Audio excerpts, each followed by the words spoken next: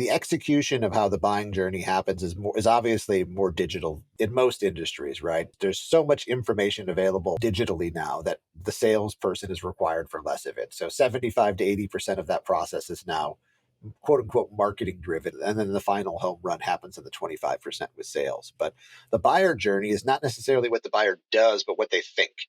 And almost every buyer thinks the same, like 5 or 6 things as they enter the journey. Exit.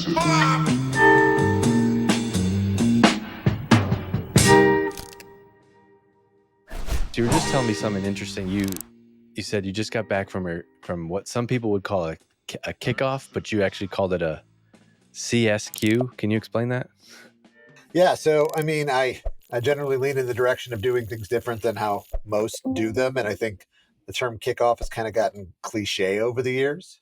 So, I mean, sales kickoff, revenue kickoff, company kickoff, GTM kickoff, and people just keep throwing different acronyms in front of kickoff. And it's like, and I kind of like, what are you kicking off? Like, what do we need to kick off? So I call our event the CSQ live event, which is challenging the status quo. So each year I bring not just the revenue team, but also other teams into a central-ish location, in person to really, challenge our status quo annually. Ask ourselves the questions: Are we doing the right thing? Do we have the right plans in place? And some of it's the first couple of days is leadership, and then I bring the rest of the team in the second couple of days, and it's just kind of a good event. We're a relatively new company. We just got finished with a merger. So there's a lot of folks who haven't met each other, and I think it was a great opportunity to jump in. All right, well, let's talk about your company then. Give some background on. We'll dive into your history in a little bit, but tell me about the business that you operate today. pharosIQ is an interesting player in the B2B marketing and demand generation space. So our product, is our signal data, or what most would call intent data. We aggregate down funnel signals, or signals of actual intent to buy purchase, into a single score, and then we sell solutions or services leveraging that data to B2B marketers. So lead generation solutions like content syndication and direct mail, high quality calling solutions, with our Philadelphia based and Belfast based calling centers, all the way down to ABM targeted display and live events. So we've been around for quite a bit. pharosIQ is our new brand name, coming off a recent merger. So yeah, that's what we do, and we're really pumped to kind of. So what is quite a bit, and how did you get into this? How did you get into this world of B2B marketing? This is people that listen to this are your people. We all work in B2B marketing. We've all gotten here somehow. How did you get into this world? So I guess you would say I'm a guest in the world, right? Because I've spent the better part of 17 years selling and engaging with customers who are B2B marketers. So I can speak to B2B marketing tactics and problems and pains and solutions only because I've heard so many of them over the 17 years that I've been doing it. So I kind of fell into the space. I used to work at the time was like recruitment advertising back in the day when Career Builder and Monster were kind of all the rage, and they were battling for market share. I worked in that space, and I got fired from that job because I told my boss at 26 something you probably shouldn't tell your boss. And then I responded to an ad for a company that was recruiting its first U.S. sales rep, and they were doing training in the U.K. because it was a U.K.-based company coming into the U.S. And I joined just because I wanted to go to the UK because I'd never been really out of the States before. And the first day of training was like, hey, here's what a white paper is, and we sell engagement with those. And 17 years later, I'm still talking to the same types of people and the same types of companies with generally the same types of problems. Well, you've been in the industry for a bit. What some things drive you nuts about how people talk about intent and B2B marketing and driving revenue and ABM today?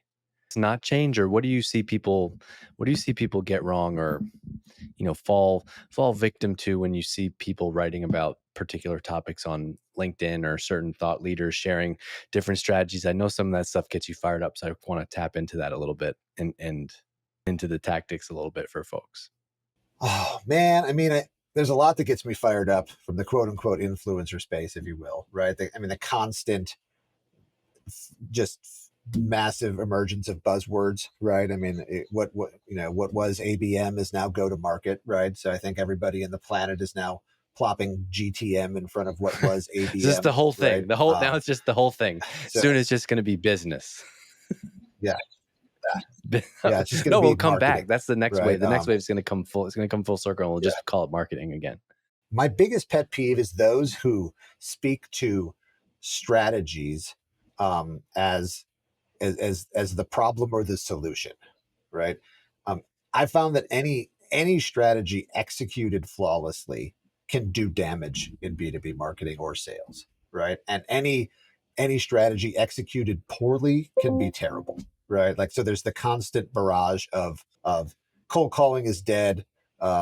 This is dead. You should be social selling only. Create a podcast and everybody will come, right? Like all of this, right? But if you create a shitty podcast, it's not going to work, right? If you execute a crappy cold call, it's not going to work. Whereas if you do those things masterfully, they will work, right? So execution is really, and that's why a lot of the GTM stuff frustrates me, because in tough times, which most B2B revenue teams are in right now, everybody is crawling for a new strategy. We need to go from, product led to sales led, or near bound or far bound, or there's so many different, buzzy analogies to the strategies that drive it, when most people don't think, hey, they don't think internally, are we really executing on our current strategy well?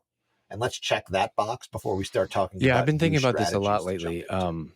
because I'm now operating a business, and so I think a little bit. I think I'm like part marketer, but part more thinking about business. And I feel like I've seen this now at 3 different companies that I've been a part of. I feel like my career in marketing is future proof or foolproof, whatever, or timeless, whatever you want to say, because I feel like I understand the timeless principles, and I realize that what matters more than any of those things that you said, like ABM, demand gen, this tactic, podcast, whatever, it's the positioning, it's the understanding, like it's the company story, it's the narrative, it's the how you can uniquely, what is your differentiator, and I don't think enough people focus on that. That's the 80/20. Like I believe that any tactic can work. Cold calling can work, a podcast can work, YouTube can work, direct mail can work. It's usually not the channel. The reason that the channel is not working is most often because of like the story and the offer. Yeah. One of my early mentors told me many, many years ago that the truly people who are truly great at what they do generally have the ability to say very complicated things in very simple ways. And I think especially in revenue teams with sales and marketing, like just being able to summarize an insanely complicated platform or service or software or offering in a way that in 12 seconds immediately resonates with someone is that's the secret sauce. And I think, to your point, that's why you've been Well, successful. You've done that quite well. the other day I wrote something that a couple years ago I was working with a company, and they, for the life of them, couldn't come up with the differentiator. And that was why they weren't winning deals. They didn't have it wasn't clear how they were different. There was a very crowded market, and they wanted to try all these other different marketing tactics. And I'm like, guys, none of this mattered. Like, you need to stop and focus on this. But I feel like so often the CEO, the founder, a couple of the other, maybe the product leader or even the marketing person, like wanted they want to be like 3 different things, and they're kind of like half good at one and okay at the other, and but they want to try to sell be all of it. Where like I had this conversation with Dan on our team the other day. We just talking like positioning. I was like, some days I wish that I didn't start the B2B marketing community. I wish I just niched all the way down, and I was like the AI community for B2B marketers in North America, right? Just as an example, like when you can be that specific with your positioning, you're going to have a much more effective time selling it. But been at companies where it's like, hey, the sales team wants a slide to help us sell against the competition. Um, what's our differentiator? And the marketing team fills the slide with like 500 words, and it's like, no, this is impossible. I came up working at a company called Constant Contact, and they sold email marketing to small businesses, and they got their lunch eaten by MailChimp. Pretty much the same product. You know why MailChimp won? Because they had a free version, and they had a brand that was like, they had a monkey, and it was a little bit more playful. And that's how they won. And I think so often we don't have that type of differentiator or focus, and we do want to just go right deep into the channels and wonder why things aren't working. And I think the other thing too is you have to go to the right people where they're at, right? You mentioned like a podcast can, I see it all the time. Like put a podcast up, like and throw it up on LinkedIn and you're good, right? Like I mean, there's whole, and I call this SaaS blindness, right? There's people like the SaaS and the software, the technology community don't generally understand that there's about hundreds of trillions of dollars bought and sold in B2B that aren't SaaS, right? So procurement, contracting, packaging, high end manufacturing equipment, right? Like a lot of those buyers aren't podcasters. They're not tuning into their local podcast or jumping on LinkedIn regularly to see the latest influencer chatter, right? So while some markets might be podcast and influencer and product led, et cetera, some markets are events still, right? Some people want to see the robot put the packages together right in front of them and then hang out with their buddies for a beer afterwards. So that's a key thing I think is missed well. Your experience I would love to talk about the B2B not SaaS, because I do get messages from people, and it's my bias because that's where I came from. And I typically have a lot of guests and people on from that space, but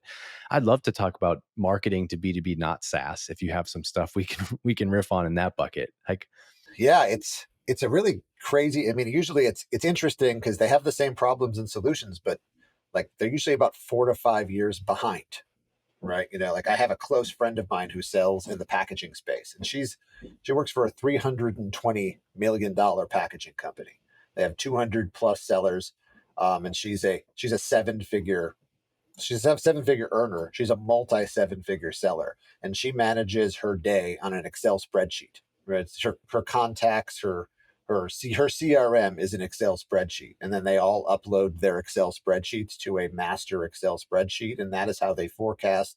That's how they pipeline. That's how they project, and that's a $300 million is it packaging crazy? company.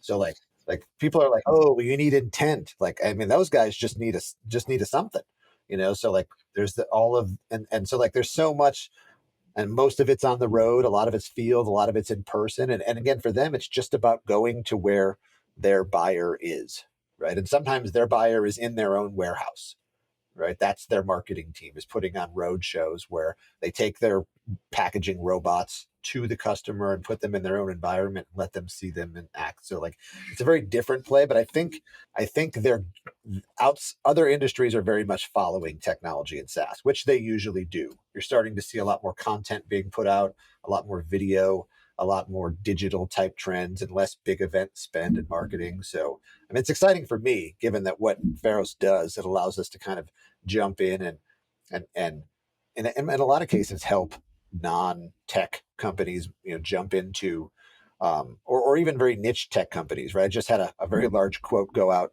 to a company that sells veterinary software, right? You wouldn't think that's a very hot market to sell into, but like the vet software market is like $2.1 billion.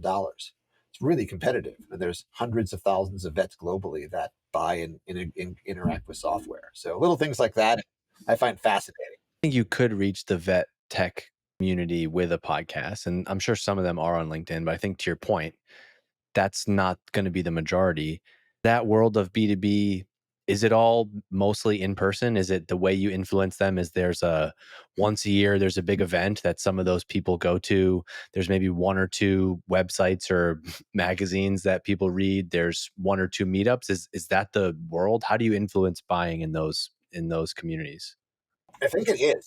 It still is right now a lot of the time. And some of those, it depends on the industry, but again, like packaging, logistics, construction, manufacturing, like again, these are hundreds of billions of dollars of industries, right? So but it is migrating, right? From both an outbound and an inbound standpoint, right? The outbound standpoint is it's getting a little less in person because T&E is expensive, and again, people just don't want to meet as much as they used to, right? Everybody's busy, everybody's working from home with a higher propensity, and you just don't want to have those drinks or sit dinner with the salesperson after work. But and I think it's just a matter of those companies, to my point earlier, challenging their own status quos, right? Do I need to send this salesperson to 17 states in the next 3 months to be able to sell our product, or can I put out a great piece of content about trends in manufacturing and have an inside sales team follow up with those same people and grab their interest, right? Are there intent signal providers in my industry in manufacturing tech and healthcare tech and healthcare services. There, and I think there's a lot of emerging vendors in that space as well. It's one of our key priorities at Pharos is those emerging markets. Like building what we call engaged audiences and very very specific or niche markets on top of your standard B2B SaaS, malware, IT security, storage, right? We're really kind of focusing on how can we give a solution to the dental software space, right? The veterinary software space, the manufacturing technology providers, supply chain and logistics technology companies. These are very niche audiences to reach, and we're finding ways to create engaged audiences that allow those vendors to leverage a more digital approach. And again, what's happening is they're finding savings.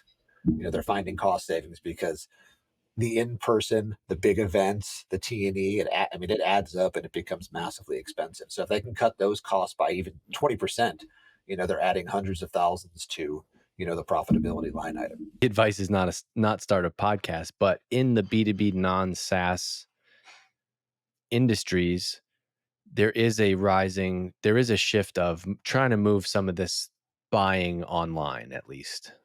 Yeah, I would say engagement online, right, versus buying, because buying makes me think e-commerce, right? And I don't think people are going to buy a $2.2 million packaging. How about yeah, I'll meet you halfway. The buying process. Yeah. So engagement with the okay. So what does that look like? What is engagement? What would an ideal funnel there be? Like, okay, we used to go to a trade show, I used to have to meet there. How do you start to shift some of that engagement for buying to be online instead of in person? Yeah, and I think the buying journey, you mentioned things that annoy me online, right? Buying journey is one of them, right? The execution of how the buying journey happens is obviously more digital in most industries, right? There's so much information available digitally now that the salesperson is required for less of it. So 75 to 80% of that process is now quote unquote marketing driven. And then the final home run happens in the 25% with sales. But the buyer journey is not necessarily what the buyer does, but what they think. And almost every buyer thinks the same, like 5 or 6 things as they enter the journey. Is I have a problem is the first thought. And the first thought is, can I solve it? Right. So that's like, do other people have the problem? And is it solvable? How is it solvable? Right. Once I understand how, like, okay, then after that, which vendors solve it? And then what do my peers think about those vendors? Can I afford any of these vendors? And then finally, which is the best or which should I choose? Right. So the, a lot of the, a lot of the roadshow stuff in non-SaaS industries is covering some of those fairly early stage problems. They're trying to solve for, do I have a problem and can it be solved? Where I think that part of the buyer journey can most certainly be digitized. But just by putting out great content, again, in places that those people are talking about the common problems and how they can be solved, and then also like pushing out creating additional content that solves against, you have to just keep trying to answer those questions. At some point of every buying journey, somebody says, what do my peers think? At some point everybody says, can I afford it? Those are the and it's almost no matter what industry you work in, those are the 5 or 6 things that everybody thinks. So if you can attack those thoughts along the buyer journey, that's where you're going to find most of your return, whether you're SaaS or whether you're packaging or manufacturing. I think that's where there's leaps to be had across. And so is that about the industries. company having a unique point of view and creating content to answer those questions and to match each one of those steps?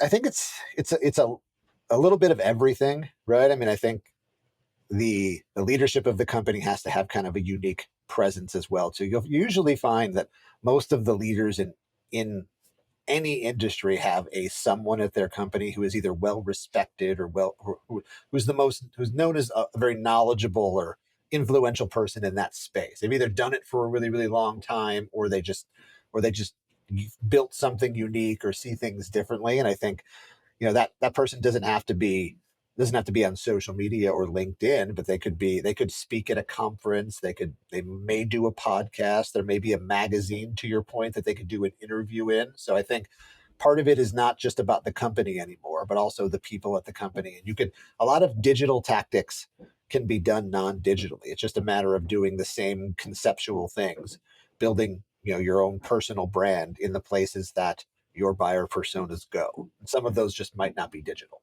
Can you explain intent data to me? Like I have no knowledge of it. You're diving into the Pandora's box of, but intent data was designed to track signals on the web to be able to try to predict when a company is looking to purchase, is in the buying cycle, has a high propensity to buy a specific solution or technology. That's what it was designed as, right? The problem with it is that aggregating and finding those signals is really, really difficult.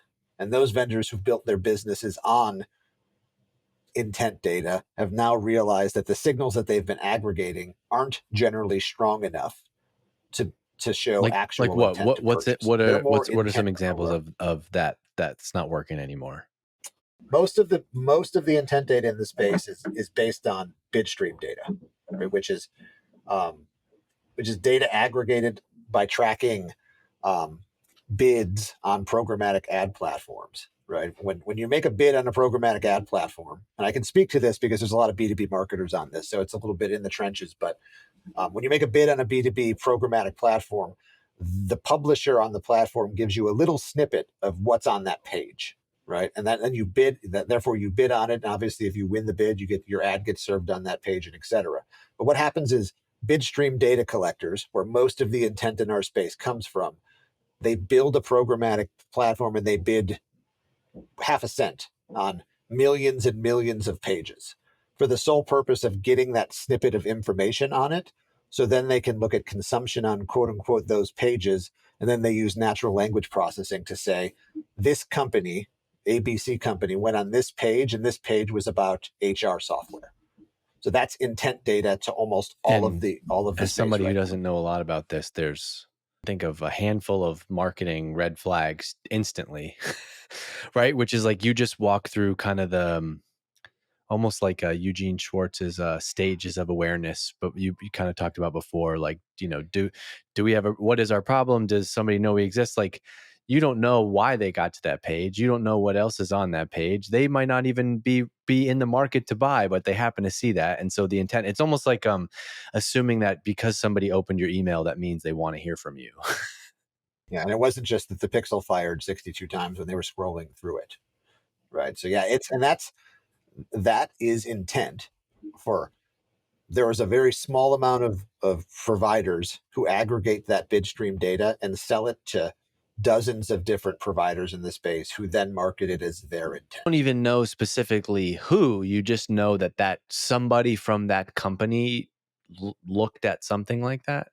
Yeah. And then the other real mainstream intent is either proprietary or co-op, right? There are some vendors in the space who have a large enough engagement with their network of sites, right? They own the properties. They track engagement with the content on those properties and sell that intent data. So you have like a peer review site, like Trust Radius, or you have like a Tech Target who has a lot of proprietary websites, right? Or Bombora is another very, a pioneer in the space. They have a cooperative of partner sites that they have agreements with that they can track consumption on those sites as kind of a quid pro quo, right? But there's value there, but again, there's only so much somebody visiting a website can tell you, right? Unless it's your website. It's the highest value intent that there is. Somebody going to your personal site. But that's where most intent providers tend to miss. They track signals, right? But are they really signals or is it just noise? Want to play in this space because you all do it differently. Yeah, I'm trying to like break it, if you will, right? I don't use any website signal data in my intent And also going to go algorithms with, of like, Pharos. if there's more concerns about privacy and cookies and all that type of stuff, isn't that going to eventually become even harder?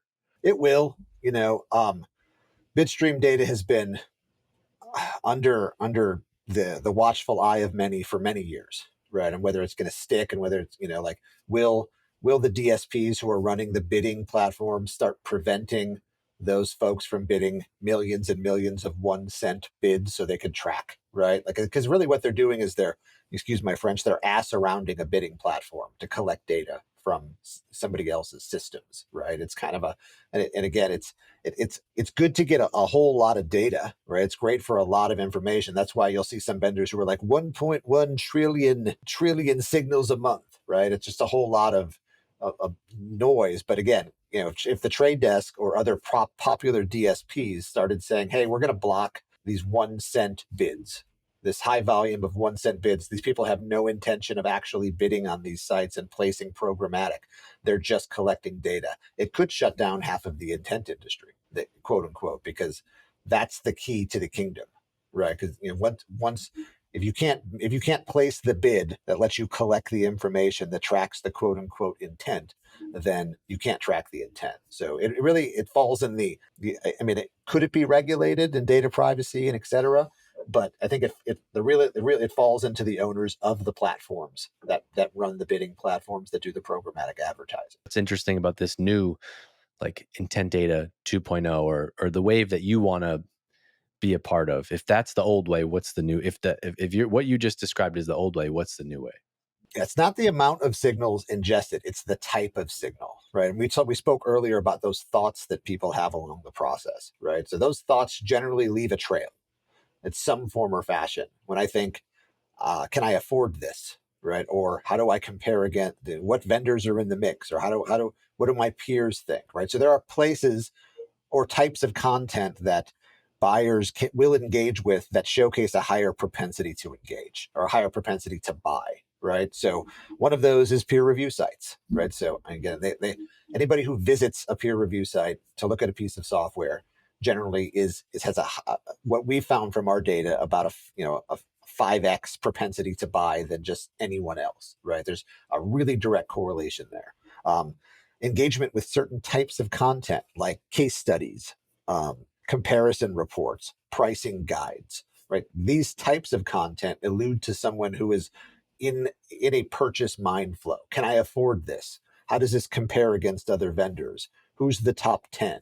Those types of things. And then finally, there are a lot of vendors who are just simply asking the audience, what are you looking to buy? Right. So I have again, a fairly large call center and a fairly large signals engine that does just that. We do a lot of engagement with actual buyers and say, hey, what's on your agenda for the next 12 months? What are you buying?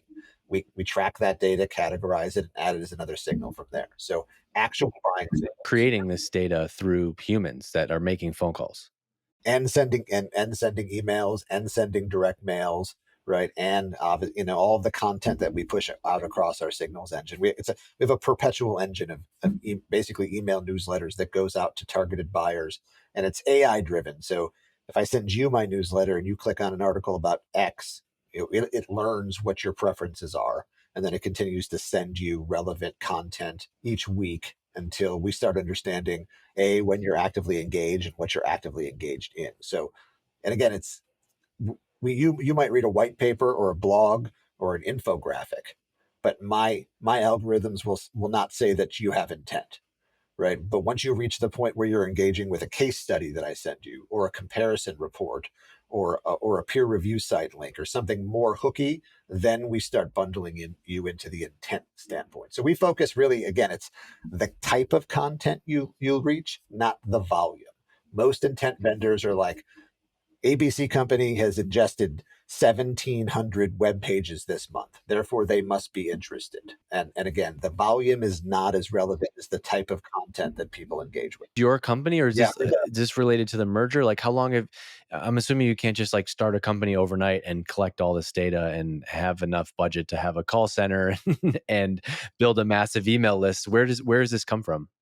pharosIQ is the I guess you would say I love his. You might probably edit this, but it's the love child of two companies. One of them is MRP, who is a legacy. Oh, great! So I just said love child.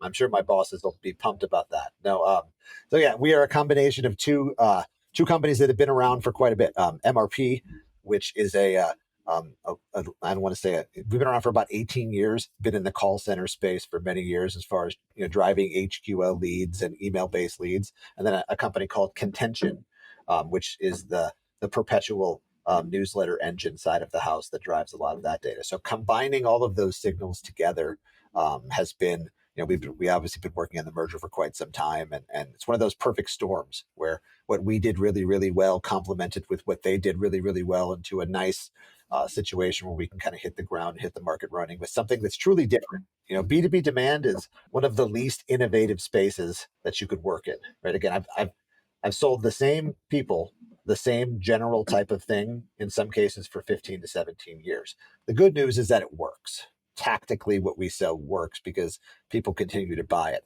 But how it's done, there hasn't been a lot of innovation in a very long time. And I've been really pushing that envelope and how can we innovate our space? Someone that's buying intent data from a vendor or somewhere else, like, can I be worried about, like, well, can't all my competitors do the same thing? And aren't we all just reaching out to the same people? Like, how do you work with intent data so the outreach is meaningful? It's like, I saw somebody ask a question in Exit 5 the other day, and they're like, hey, we're going to need best practices for following up with executives after a trade show. And I was like, well, I got 100 questions. Like, did you actually talk to them? Did they go to your booth? Like, do they know your company? There's so many things there. And so it's one thing to get a signal about, it's one thing to get a signal that something happened, but then if all, or like, you ever see somebody gets a new job on LinkedIn, X company hires a new CMO, and then like she just gets flooded for the next 6 weeks with job change notifications. Like, how do you really make this work? It's like, it's great to have the data, but it matters what you actually do with it, right? Yeah, there's two questions in that, right? First, does everybody get the same data, right? And to my point earlier, when you're talking to an intent data provider, right, it is important to ask them where they get the data. And don't let them dance with like, well, we've aggregated it over the years and time and place. And, like, where do you get it? Do you buy it or do you create it yourself? And then if the answer is you buy it, because most do, where do you buy it from? Right. And then, because generally, again, most places are buying it all from the same two places. So you're getting to your point. If you're going to X company, Y company, Z company and buying intent, all the people who are buying the same intent from what could be 15 different intent providers are getting the same data stream driven by the same co-op or the same bid stream. So when you're reaching out to ABC company because they're interested in HR software, 15 of your closest friends probably are too, because they're showing the same signals from the same stuff. So ask that question, right? Who are you buying? Where are you getting it? Is it yours? How are you building it? Right? Where, or if you're buying it from who, right? If they can't ask it, you should probably, that's another conversation for a different day, right? And then secondly, try to find the providers that have signals that are proprietary to them or those that combine signals in a proprietary way, because there are a lot of aggregators of signals as well too, and there's some value there. Second is how do you best follow up with it, right? Again, it's similar to your question about the event follow up, right? I'd have to know a little bit about who's following up. Are you talking about a marketing?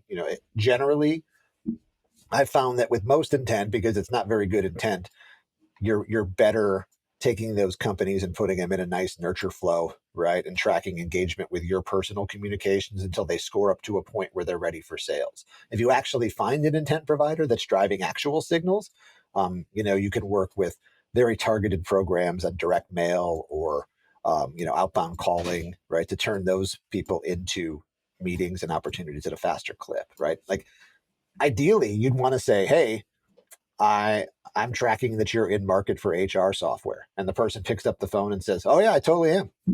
Awesome. Good timing, right? Let's talk. So it's just a matter of, because most intent isn't good enough to do that, most people struggle with the follow-up, because theoretically you should be able to reach out and say, hey, I saw that my signals are indicating that you're in market for X software. We sell that. Would you be interested in hearing? And the person will say, oh yeah, I totally am. Let's talk.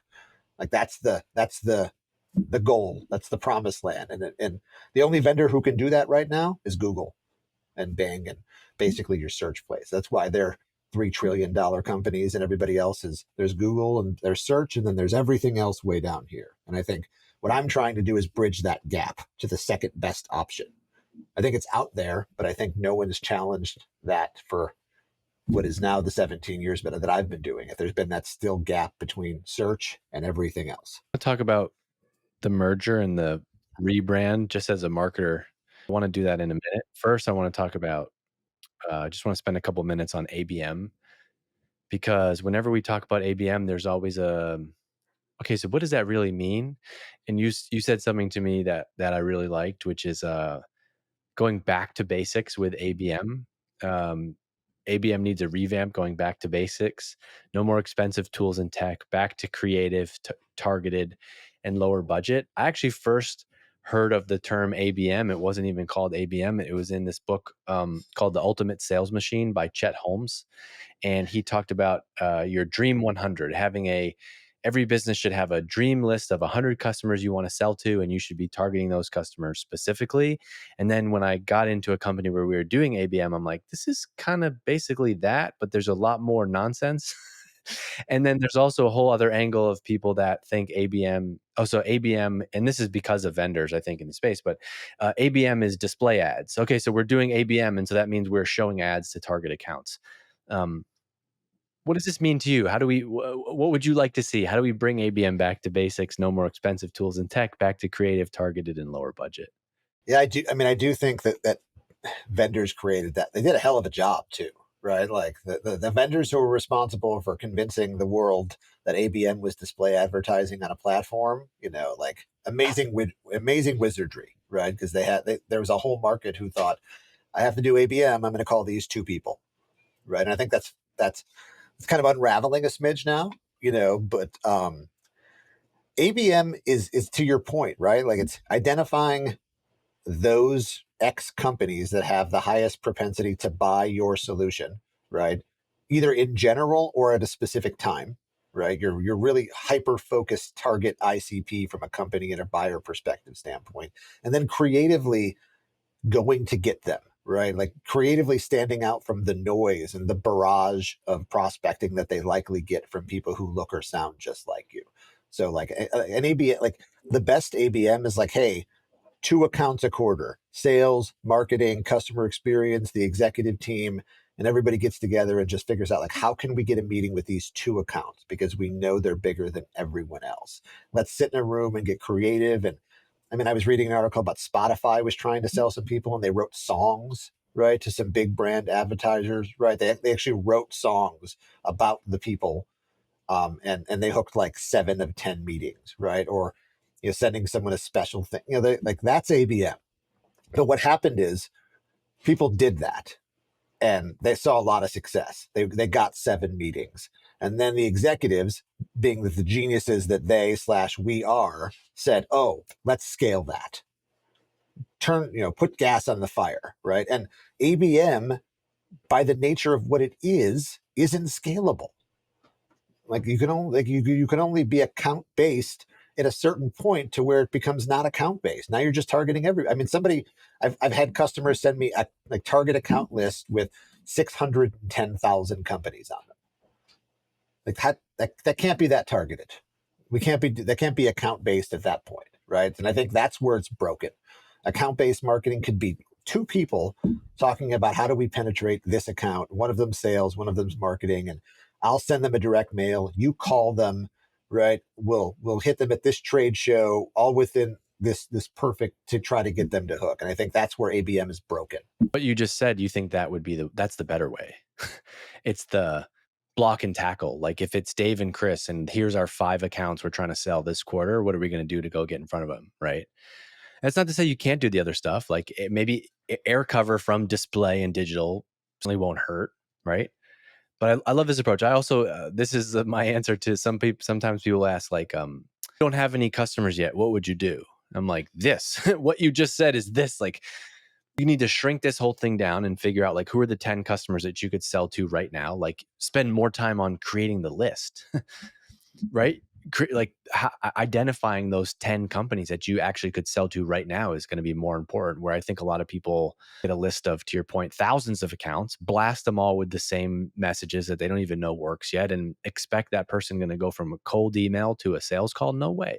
One of my favorite ABM programs, big or small company, right, people kind of do this subconsciously when they start, but if you actually focus and target it, it's actually quite resourceful. But it's kind of a 6 degrees of Kevin Bacon approach, right? Where you look at all of the employees at your company, whether they're whether they're the CEO or whether they're a BDR calling or whether they're everyone in the company, and you ask them to be like, hey, like who do you know? You start, and you'd be surprised how many of your employees went to college with someone who buys what you sell, or have an aunt or an uncle who knows somebody who buys what you sell. Like we did it earlier, last year, and it was really, really successful because some people were like, "Oh, I know somebody who buys stuff," and we were like, "Great, I'll talk to him." Like that warm introduction is it's a really I've cool way done to that in the attack an past. I was at a ABM company program. and we did like bought lunch for everybody, put on good music, said, "Hey, from 12 to 2, we're going to do like a pipeline thing." And they literally had the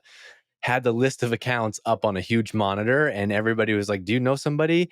Or the sales team was like, "Hey, Dave, I see that you're connected to so and so at this company. Like, do you know them?" And I was like, "No, I don't know them, but we're first degree connections on LinkedIn. I'm happy to send a message to them." And okay, great. Oh, actually, do you know this person? Yeah, that's actually my cousin. Like, I love these things. The hard thing is, Chris, to your point, like they don't play well. They don't make for pithy little sound bites or blurbs like for playbooks on LinkedIn or otherwise. But this is what I've always thought in my head. Like, yeah, this is ABM, and this also speaks to like, in order to do this effectively, you can't have sales and marketing working against each other. You have to have like they each have unique skill sets, and they're going to combine their powers to get into this account. That's how you do it. Yeah. Or I mean, again, add executive into the mix, add product into the mix, add, all of the experts that you have that could cohesively, attack it. I mean, again, nowadays it's hard to find a buying process that doesn't include a CFO right now, right? So, like, when we have a big deal that's cooking on our side, our CFO reaches out to their CFO and says, "Hey, CFO to CFO, if there's any questions you have about this deal or whatever, I'm happy to talk to you about it." Right? Like sometimes just that bridge, right? Two people who speak the same language and have that, like, hey, you know, CFO to CFO or sales guy to sales guy, right? Like let's have a chat. Like that's been really strong for us as well too. And I mean, obviously most CFOs are curmudgeony, right? I happen to be lucky enough to have one that isn't, who can reach out to other CFOs, but I'm sure everybody can do that prospecting if you ask them to. Yeah. I don't sell to CFOs, so I just offended that whole industry as well too on the calls. They don't listen to this podcast. Don't worry about it. Don't worry about it. And there's 50% of the marketers that do have a curmudgeon CFO, so you made them giggle, and then the others, you made them happy because they're like, "Oh, my CFO's not like that." Talk about a rebrand. Let's take off our ABM and intent data hats for a little bit, and let's wrap up talking about a rebrand. I can only Was this fun? Was it a headache? You got one company that's been around for 18 years. You got another company, you got two different names. You come up with a new name. What's the process behind the scenes and how did you get here to get to pharosIQ from these two companies and 18 years of history? Yeah, I mean, it's really hard, right? Because especially when one company's been around for 18 years, right? There's a lot of even a lot of market knowledge, but just a lot of like emotion that comes with it, right? But that being said, MRP presented a lot of tactical challenges, right? Like if you Google MRP, you don't get us, you get manufacturing resource planning and about 72 No, articles about that I got industry, some like right? type So of like a Amazon Mr. Price, MRP.com. yeah, so we're actually mrpfd.com, right? Because the domain wasn't available at the time, and our previous owners were like a public company called FD Technologies. So that's where that website came from. So there's a whole lot of that happening, right? Contention was a relatively new brand, but it was kind of like a founder led company, and they didn't do a ton of they were just, they were never happy with the brand as a whole itself. It wasn't something they were like, we love this and we're stuck with it, right? So the good news is that there were two brands that were kind of ready for a change, and that makes it, I guess, a little bit easier than if one of the two brands is like, I'm not changing, and there's a lot of emotion that comes with it. So not nobody was really sold. So that was the easy part. The hard part, especially when you're naming a company, it I mean, there's so many names already taken. There's so many, like you might have a great name and you can't find a domain available. You might find a great name and the social's taken by somebody else. You might find a great domain and the name's taken. Like that's why I'm convinced that's why so many startups have just made up nonsense names like Jabuba or something, Well, because there's a they company didn't. called Winter, and it's Winter, and a friend of mine is a founder called his name is Pep, and he told me on the podcast a couple years ago. I was like, "Why did you call it Winter?" He's like, "Well, I wanted one word," and so he like hired some VAs to go and find like all of the relatively simple, memorable one word domain names that were available, and then like winter has some meaning in some other language, and so he's like, yeah, so we picked that one. That's how I came up with Exit 5. I was trying to come up with a story. I was like, let me come up with a story and then try to find an available name. Okay, oh, Exit 5, I could tell that story. This is available. Let's pick that one. It is, you're right, it is so hard. The limiting factor is so often the domain and what's actually possible. And I didn't want anything, and we didn't want anything that was like, a lot of the companies in our spaces have the words like lead or domain or demand or intent in the name, and I just didn't want to have an obvious name, right? I just didn't want to have like, I didn't want to be the next like lead ninja or lead whatever, right? There's like 100 lead or demand or intent companies in my space, so we went through a lot of different renditions, and I ended up, to be candid, like both my CMO and myself, like we just kind of went to those like those free like free name makers, right? And just typed in some stuff and just kept like, oh, that's shit. And then like I ended up bumping into Lighthouse with like two eyes, like light LII, and I was like, okay, like lighthouse signals, I like it. Okay, now I'm getting somewhere, but I didn't want to have like this weird two eye name or house with a Z, like it's 1996, and then then you go like, okay, synonyms for lighthouse or other languages for, and I ended up bumping into the, like the Greek word for lighthouse is pharos, right? And from the lighthouse at Alexandria, which was the seventh wonder of the world. So I'm like, okay, like I like it, strength, longitude, longevity. I can connect lighthouse to signals. I'm there. I love all that. And then, like, of course, there's another company called Pharos, and I'm like, we're in different industries. I'd probably be okay, right? We have like, they're a print management company. We're never going to cross over. But I thought, okay, let's add IQ just to be safe from an intellectual, from a, an IP perspective, and also connecting signals and intelligence into a single flow. So that's where we ended. But I thought it was fun. I really love exercises like that. Like, here's a really challenging puzzle, We solve just for did the we did a puzzle, smaller right? one. And We're like doing an event in September, and we needed to come up with a name for that. And I love those type of exercises. And I think where a lot of people get stuck is like you have to be comfortable. Like you have to feel free to get all the shitty names out of the way. And I feel like if you don't say them out loud and write them down, you never break through. And so you have to be comfortable being, look, we're just gonna go. And I want like, and so it was the three of us in Slack, and we were like, just go, start riffing. And we just spent days and days and days, and we each would share a name, share a name, share a name, share a name. That's not it. That's not it. That's not it. Okay, check this one. What about this one? Yeah, I like that one. Okay, that's warmer, warmer.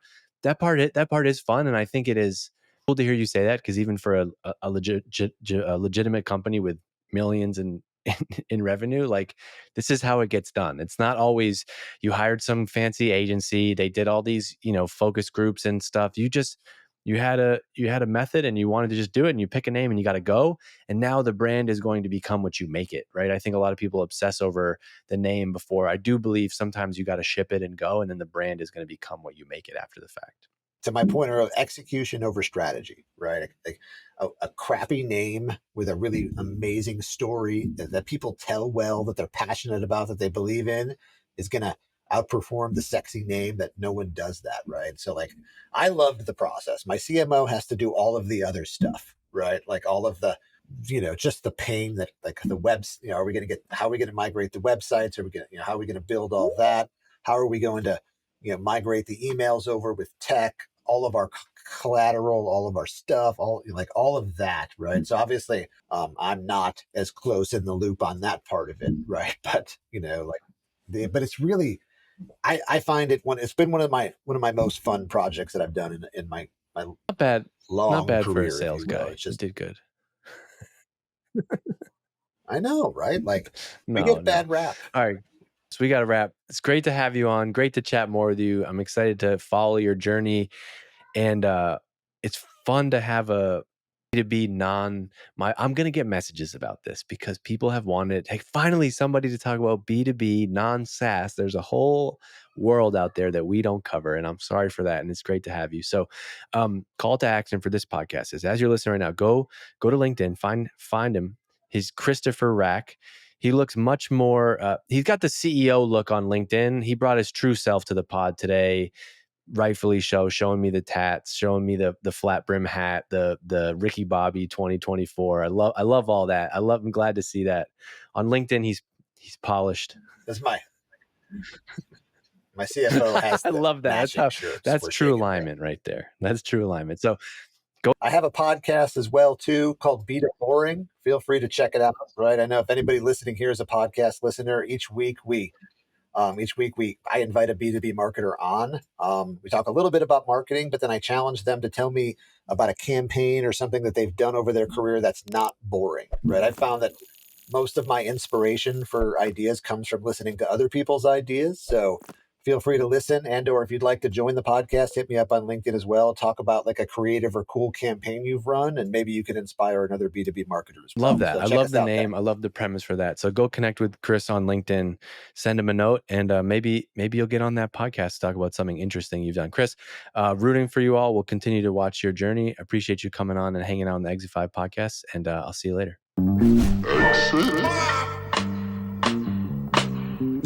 Exit.